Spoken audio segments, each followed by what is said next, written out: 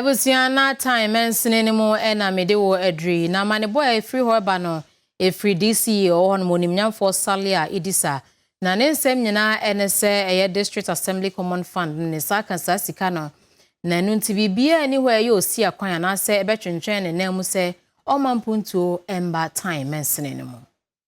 Die beye na Tain abato mpesua no eso enkunturi ne nkan ko betimi akona nim na agyan na sunti enam so menu ada ofriso bosome no ne da etoso enkuno assembly na wonom eho no mu edition mu de hye so ewo eye Tain district assembly ye no no ewo insokwa eno nam so ema eye district chief executive de ma de hye wonom eho no mu yonimunyamfo salia indisa bochire se kronin kan koda na koma so ye panesa sunti obeni a obetimi bia ahwe se kronin puntu ebetimi agyan na so yepanesa sunti okasa ye edifa eye foto a wono atwa edi ato ho no mu a eno no eye district assembly common fund wochire se wafimpinu eni aduonunum emu sika wono enya ye ewo sa foto emu eye 3,288,658,221 pesos ena wono enya ye wo sa foto emu ani nyina no wode ba behwese kronim puntu ne nkan ko betimi akona nim na agyan na so eno achi ansanso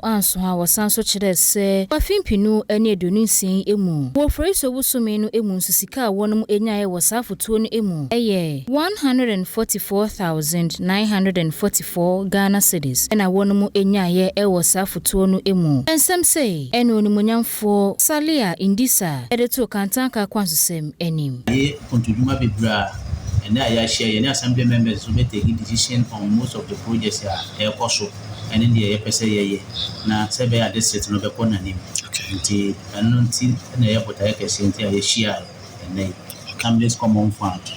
just recently nya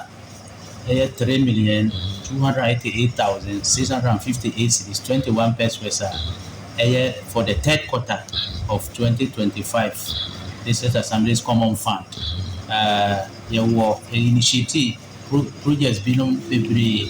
in it no your 100% for government flagship program 24-hour economy we have preserved it that is there